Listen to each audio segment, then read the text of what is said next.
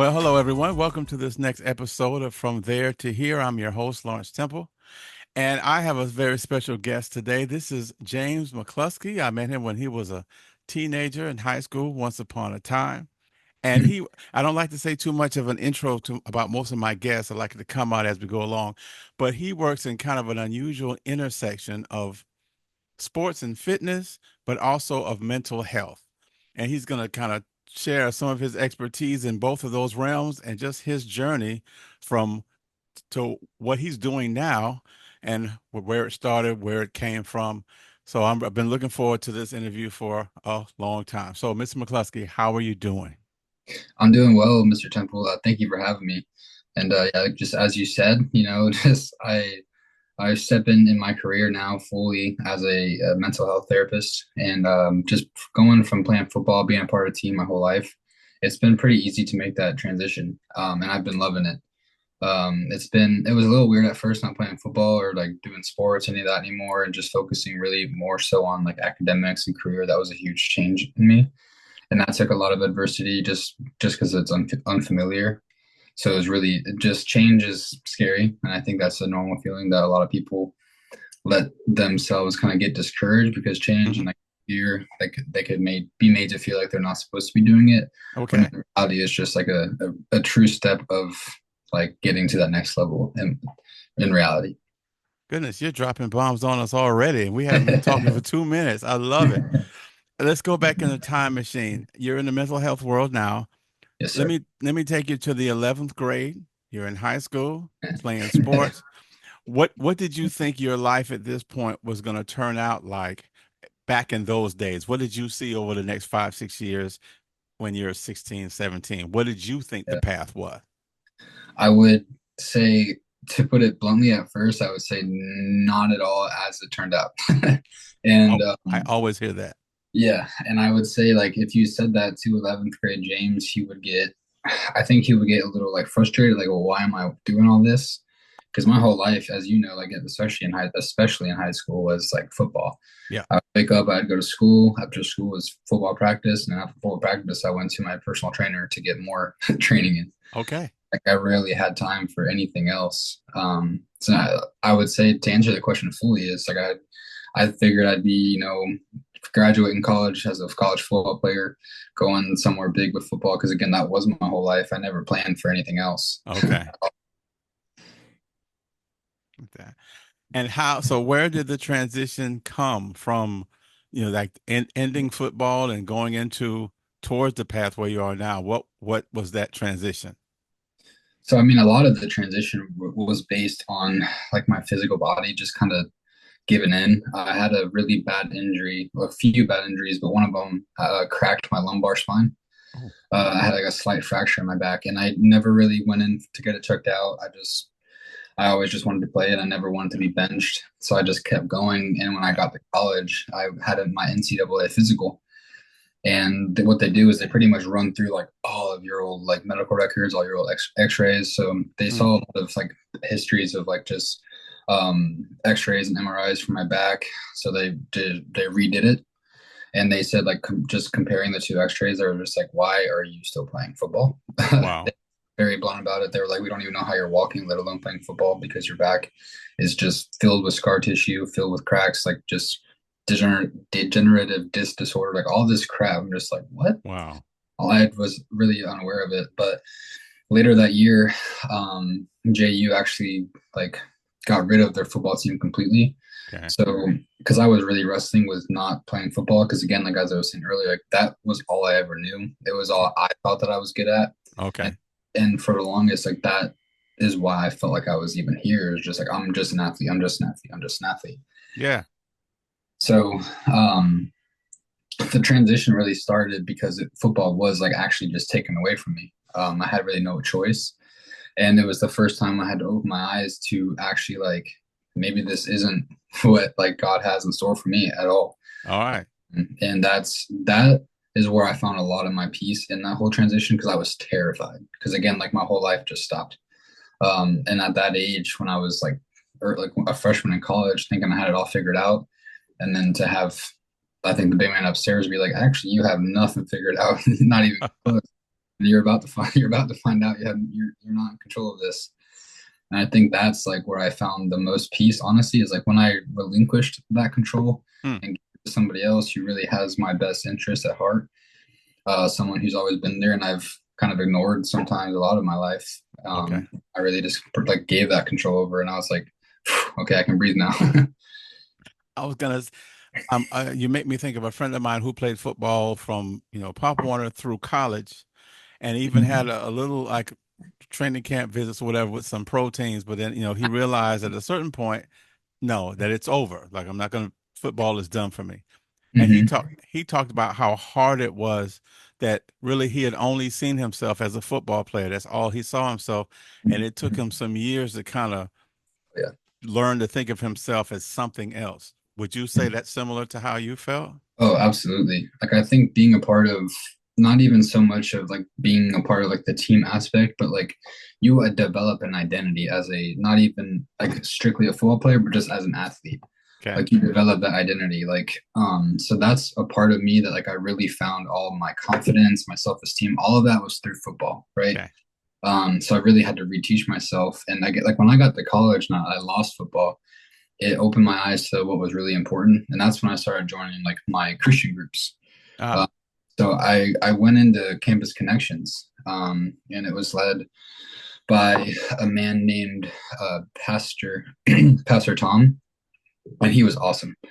And he just one of the first sermons I ever heard him preach was on identity and how as Christians it's really easy to get caught up in the world and like all the things that we find our identities in, like people, places, friends, whatever it may be. But the one true identity that you really find yourself in is through God, right?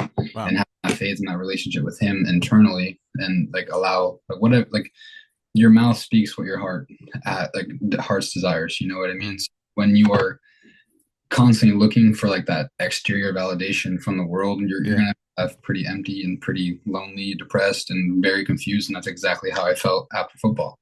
All Uh, right. until I started to like look inward, and I found all my answers within myself because that's where the Holy Spirit is, you know. And I completely a complete change when I got to college, like especially like my even from like sophomore year to junior year, Hmm. like just changes and changes, and then from senior year to my master's program, another like complete change, just like maturity wise, I would say. Well, now I see. All right. So the evolution out of being an athlete and the grounding that your faith brought you, I can see that. How did you make the determination though now as to what career direction? You Mhm. could have gone into business, you could have been a teacher, could have been all these other things. Where did this whole mental health direction come from?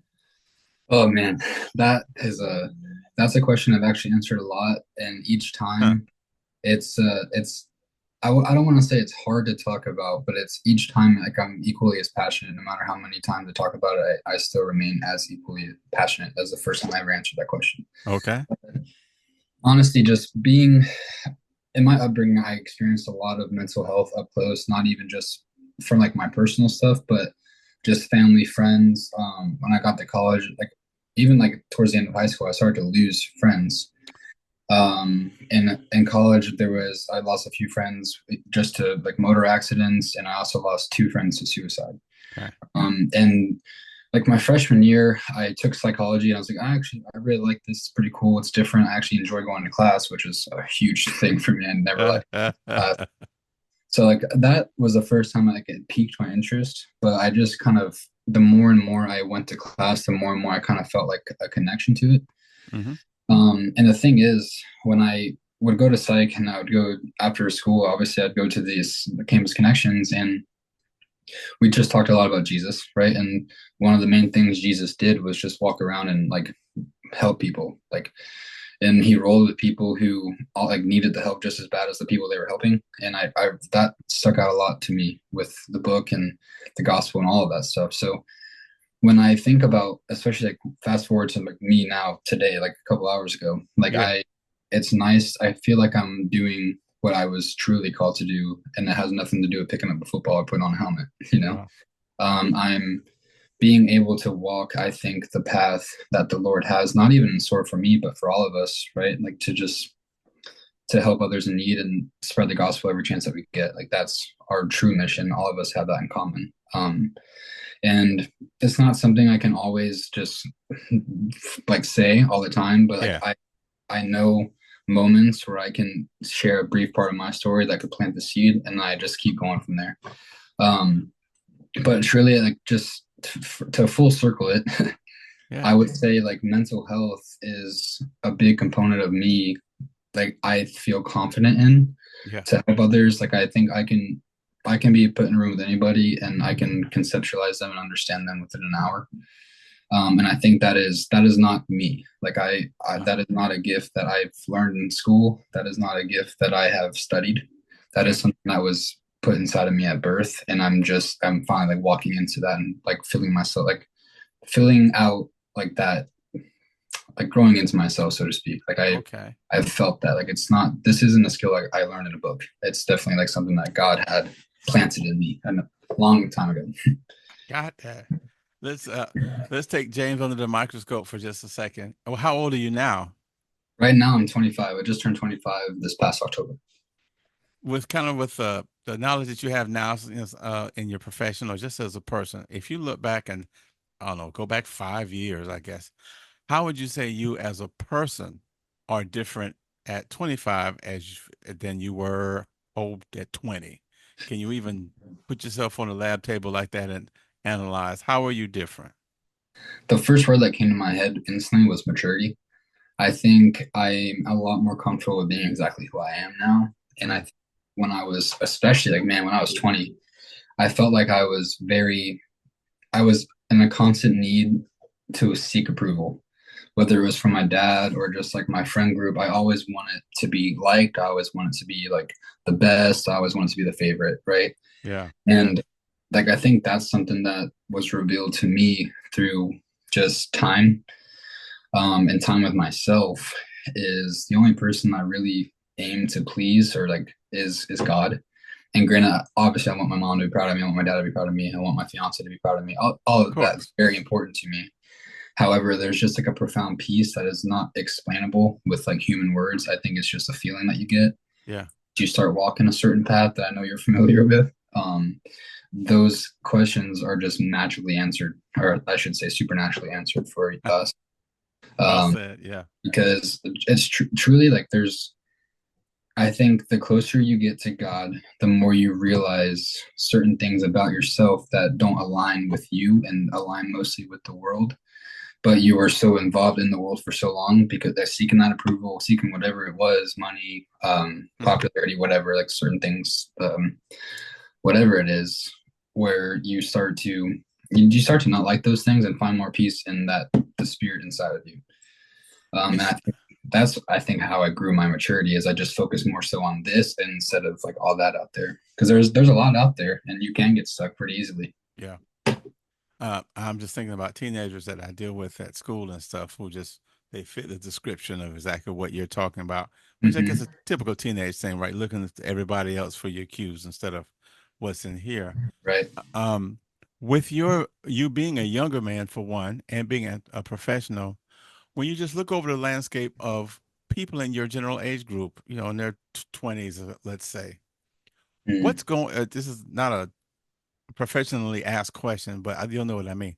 What's going on with young people today? What do you see, either just the people you just know or that you deal with? What is going on with young people today? What are their struggles or what are common themes? I know everyone's not the same, but Hmm. what are you seeing out there, either in your practice or just your life? Yeah. Um, the one thing that comes to my mind is it's a term called universality, and that just pretty much talks about how like everybody has gone through or experiences very similar pain and struggles. Whether it's different, it's you still understand the feeling that is produced by that, like human emotions, such as like, oh, that really angered me, that really Mm, upset, that hurt me. Like all of these things are things that all humans have experienced. yeah. So that gives us the ability to connect with one another.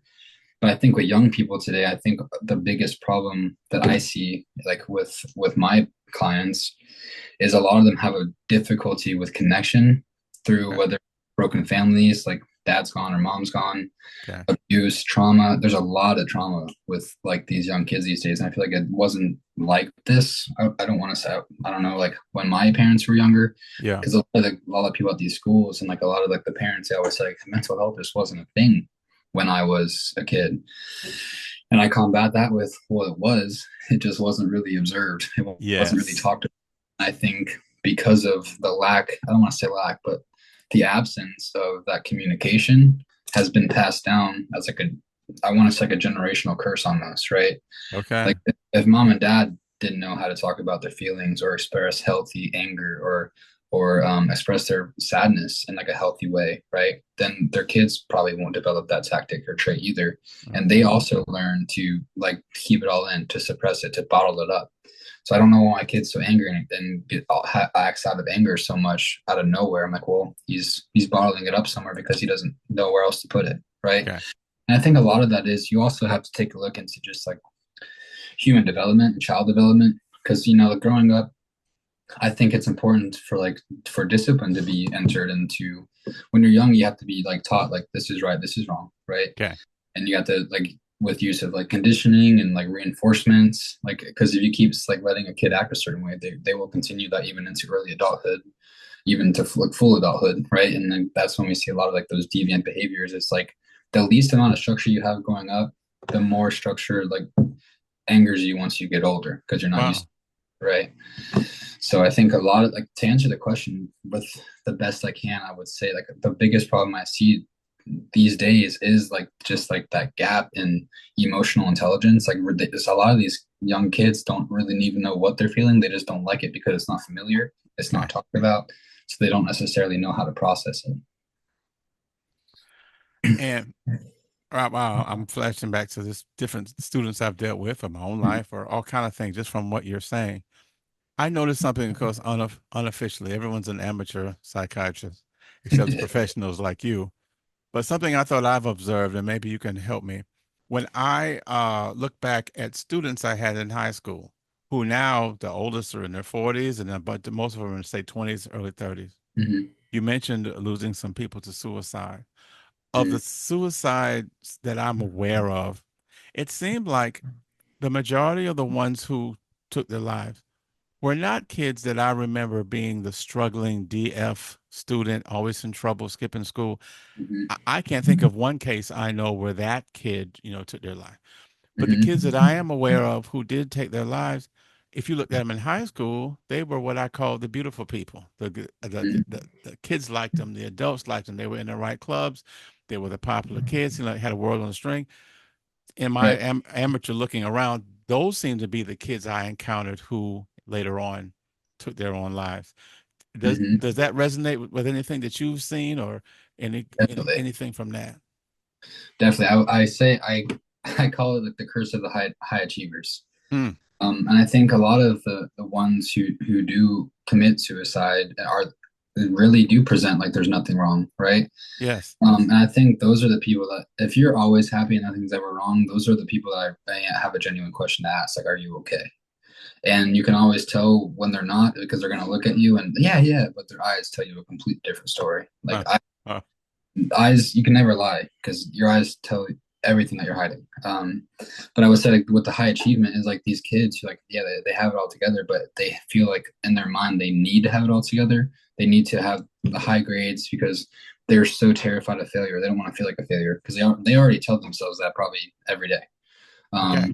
Whether it's mom and dad are hard on them, whether it's whatever it is, fill in the blank. Something is giving them the stimuli of I need to be better than what I am, even though I'm already doing good. It's never enough, right? Because there's probably no one. If you look at their family dynamic, there's probably nobody there, maybe telling them like, no, you are doing enough. You are doing enough. And even Okay. though some people even have that, but like there is just like it's called cognitive distortions, right?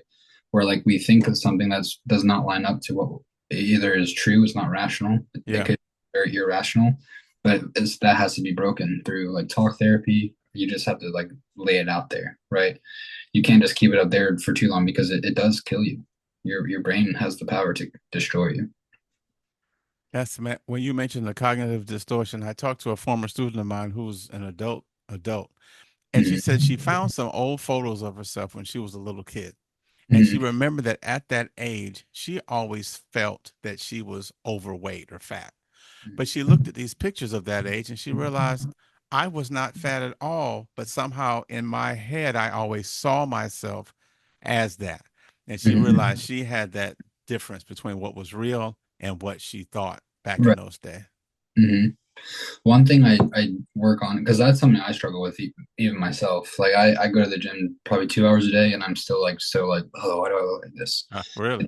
That's one of my biggest things. And something that I do with my clients is it's called putting your thoughts on trial. It's a cognitive behavioral technique Okay. that really like it takes yourself to court, so to speak. So like Yes.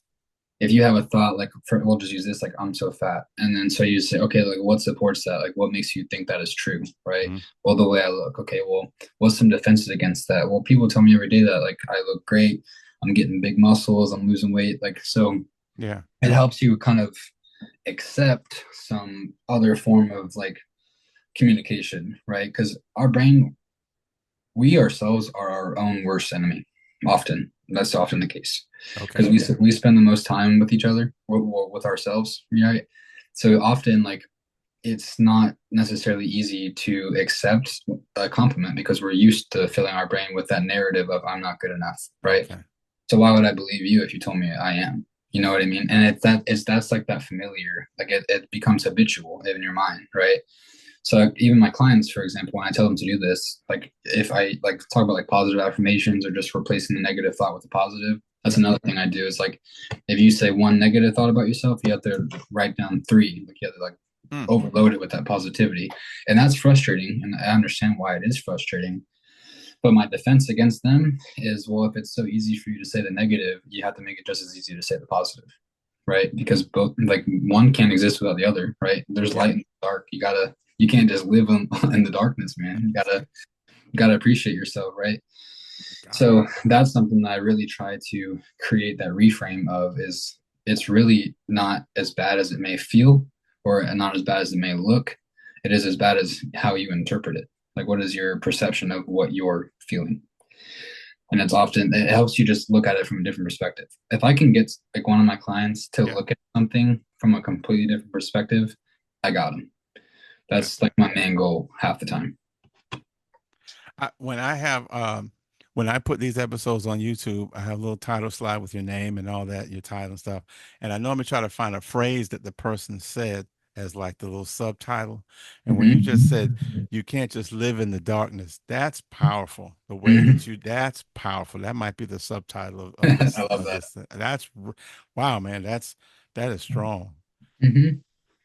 Do I, you I'm keep going? Yes, yeah. I was just I'm a firm believer in that because I think darkness plays a role in everybody's life, right? Everybody goes through something. But is that something bigger than the power that's inside of you? No. And that's a lie that I constantly told myself. Is like nobody's ever gonna understand what I've been through. Like no one, like, I'm always gonna feel this way. That's something. It's like oh, I'm never gonna be satisfied. I Okay. always feel like I should be doing more. That's my problem. Like I never feel like I'm gonna get to where I'm supposed to be. That was like a Okay. huge cognitive distortion of mine. And I just like I when you ask yourself like there is a power living in me, right? That has split seas, like sent fire from heaven, like all this power, right? And the God is the same way he is then, the same exact God he is right now. Yes. And how silly am I? This is something I tell myself, right? I wouldn't probably say this to like just anybody who didn't know me because I don't want them to think I was like coming at them or anything. But Yeah. one thing I say to myself is like, how silly do I have to be to think these ways about myself, knowing like the power that is literally like one prayer away or one feeling away. You know, he's always right there, right? And he's never gonna turn his back on me. So why is it so easy for me to turn my back on him the second things get a little hard? So that's something that pulls me back in, right? Is it's kind of like accountability. Is I have to hold myself accountable because Wow. there is an enemy that is constantly trying to steal my happiness, Hmm. to kill my peace, and to destroy everything that God's built for me. And I could either choose to let him do that by infiltrating my mind, or I can choose to fight back and do what the book tells me to do. Fight back. I love that phrase. Fight. I don't know. That might be my subtitle. You You keep dropping bombs. I got to figure out which one's going to be the Mhm. subtitle. Um, two other questions I want to ask you. So, you talked about how it can be destructive when you're never satisfied. Like I always got to do more and more and more, and I'm never satisfied with anything I do. Mhm. What is that? How could you direct someone to have a balance between? Oh, there's this one extreme where you want to do so much you're never satisfied, but Mhm. then on the other extreme, there's being lazy, of course, and there's Mhm. somewhere in the middle where you want to keep pushing and moving forward, but not get to where you can never be satisfied. What's the healthy middle, or how do you Mhm. get there? Yeah, the magic word balance. I Okay. think that's like a miracle question, because I firmly believe in like what you said. Like, there's always two ends of the pendulum, and I think life in general requires balance.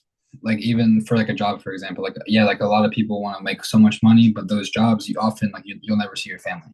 Okay. So, like there's balance with that. But I would say like just set a goal. Set a goal. Like if you never think you're enough, do something and set yourself a goal that you know you can achieve, Okay. just to provide some form of reassurance. Like I'm capable of achieving a goal if I set it. And like you said, the other side of that is that, well, if I don't do nothing, I'm going to be very lazy, and I think that could create even more turmoil in Okay. in your mind. But I do think I would just challenge them. Like the more goals that they check off their list, the more if they continue to feel like they're not accomplishing anything and that they should be doing more, I would ask them, how are you not burnt out? Like if you're just Mhm. constantly on the go, you're never going to give yourself to take a pause. I mean that is alarming. I was like, so I would secondly I would ask like, what are you needing, right? Because you're not getting what you need from accomplishing all these tasks. So it's something inside of you is there's a hole somewhere, and I need to Oh, fill it with something. Um, so that it's I would ask a lot of questions really, okay. and I think being ambitious is healthy to an extent, Okay. and while also like you don't want to burn yourself out because it's very easy to get so caught up in the work, caught up in the goals that you lose sight of like exactly where you are in the present moment. Okay. So another answer to the question would just be trying to stay present. Like, what do you see? What can you touch? What can you feel? What can you taste? Just like be present in the present moment and appreciate it. And then tomorrow comes when tomorrow comes. That's you just gotta appreciate where you are. Wow. That is really helpful. That helpful for me, but I'm thinking about the people that's going to hear this, Mm-hmm. young and older. Yes, That's sir. going to really help. Wow. Um, I have an imaginary scenario. I normally ask my guests, pretend you have a friend and they have a son, daughter who's senior in high school. They're about to graduate. They're a good kid. They don't get in trouble, very capable, but they're Mm-hmm. just not sure what they want to be or do. Mm-hmm. Like they have the skills or and grades to go to college, but they don't know if they necessarily want to do that. They're kind of directionless, though they're a good kid. And so your Mm-hmm. friend wants Billy or Sally to go to lunch with you and just talk because they look up to you and feel like maybe you could give them some direction. So in that imaginary conversation, what would you imagine you would say to Billy or Sally? Mm-hmm. I would first ask them what they would want me to say, right? Like, what is your perception of me that makes you think that someone to look up to, Hmm. right? So Okay. what do you admire about me? Are things that you admire about somebody else? Just to like for them to open that door in their minds of like, well, what do I like? What do I want for myself? What does my future really mean? And when I would take that answer and I would just ask them, okay, well, what do you like? What are things that you do that you enjoy? What makes you passionate? Because I think that the first thing, like I remember, like when I was a kid, like I would always think of, like, I want to be a lawyer, I want to be a doctor, because I knew, like, I'm going to be rich, Hmm. right? Well, what do you measure your wealth on, right? When I was a kid, I measured it like, well, I want a nice car, a huge house, I want all the nice stuff. Yeah. I was very like materialistic as a child because I didn't know any better, right? But I think once you grow up and you're asking these questions, like, what am I gonna do for the rest of my life? Like, you have to like find out something that can fulfill you that gives you like a profound purpose because biologically as human beings like we need purpose we desire it without Right. it we crumble and we fall so it is very important I would tell them to go towards something that would fulfill you and you would be passionate about doing and it would not feel like a job Hmm. and I think a lot of people might say that like just do something that doesn't feel like work but I truly can't find any other advice in that because what I do now I wake up in the morning and I'm excited I don't feel like I'm going to work. Wow. I don't feel like I'm, oh man, I gotta go to class. Like I don't ever have that feeling anymore. I just, then I get to go help somebody today. And even if it's like, because in high school I worked construction. I went out and I worked with my friends, and I love doing that Okay. because it just, I kept my hands busy. I got to hang out with like a community of guys who were doing the same thing as me. Like it Yeah. was a lot of fun. So I would tell them first, make up your mind based on what you enjoy and what you could envision yourself doing the rest of your life passionately, not at all about like what you get from it, like reward wise. Like strictly think about what strictly think about fulfillment. Like, can I do this and enjoy it for a very, very long time? Okay. If not, then okay, let's keep looking. And because I think it's really up to them to decide. And I think another thing about like a with passion, I think it's something that you feel. You don't necessarily know. Mm-hmm. Like you start to develop like a feeling for it over time. Like I love this. I know this is what I want to do. Okay. So I would also just say patient. Take your time, especially like while you're young. Mm-hmm. I went to college as a kinesiology major, and I don't do any of that. And like we were talking about earlier, I didn't even think I thought I was just going to do a football, Yeah. like Yeah. So take your time. You got plenty of it, and allow yourself to know yourself, to grow into yourself, because a big part of life is just developing like you, like self actualization, right? Like Yes. who am I at the end of the day? Who do I want to be? And that's completely up for you to decide. That's the cool part about it. There's a quote that I always tell my clients who are very stressed out for the future, Yeah. and you can take it both ways. For my Christians, they usually take it the way I take it, but for those who like aren't really there with spirituality yet or anything like that, they just take it as if like for themselves. But the quote says, "I trust my future because I know the author of it." So I look at that as like God has already paved the road for me. I just have to walk it. Um, and I think that's super cool. Like I'm like he's seen every failure, every victory, and regardless of that, he knows exactly where I'm going to end up, and that gives me profound comfort. Ah. But even for like I was saying, even for the young kids who haven't really established that kind of relationship yet, Mm-hmm. I would say like they do have that autonomy to develop like who they are. And Okay. I would also say like parents like to tell you who you're supposed to be. I would say like if that doesn't line up to who you are truly, to allow that to be in interpret that like how you will. Like that is very important because it is at the end of the day, you have to respect your parents Yep. and you because at the end they probably want what's best for you. But let's say like that lawyer doctor thing, you end up hating it. You're making a lot of money, you might seem very successful. Mom and dad are very excited to tell everybody you're a doctor, but like Mm. you're not happy, you're not fulfilled. So that's just something really important to keep in mind. But yeah, but just I don't know. I want to always say like best advice for any young kid person is start praying, start going to church, or find someone who does. Because like I said, when I got to college, I started slowly getting really like deepening that relationship. And I towards the end of my whole college career, I met my fiance. Um, and I always said like you saved me. Like she was a profound part of my journey spiritually for Okay. sure. Big part of my maturity. And I would always just keep saying like you saved me. Like I was like, I know like you're not the one that saves me, that's Jesus. Like I was like, you're not the one that saved me, but you knew somebody who could. Yeah. Like and because that's the truth. Because she like her whole family, like they live it. Like they live the book the best way they can. And like to the point where like I noticed I'm like, I'm actually like very lukewarm. Like I thought I was like this like Christian praying for my friends. Everyone came to me for advice. I met Celeste and I was just like I saw myself. I was like, I need to Step it up. Huh. step it up. So I was like, that's how I knew I was with the right one for sure. Got it. Oh man, I appreciate it. This has been wonderful. I definitely appreciate this. Oh, what and my last thing, because my timer has a few more minutes, so it'll be perfect. So Awesome. what's the future from that you know of? What's the future that you see for yourself, your practice, your life? Oh Fill in man. the blank real quick. So my end goal is to kind of throw together like all the different components of myself into one. So I have a vision of my private practice being developed, and it's going to be like a wellness center. I wanted to do like a full like mind, body, spirit kind of facility of like mental health. So I'll do therapy. I want to create like a gym and get my like personal training license because that's a huge part of my life. I've been training high school football players for a long time. Okay.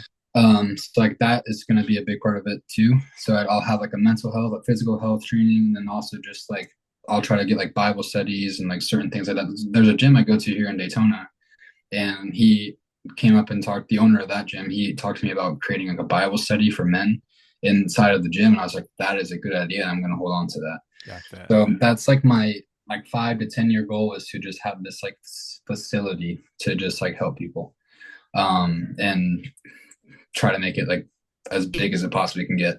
Everybody needs some form of help. Boy, that's true.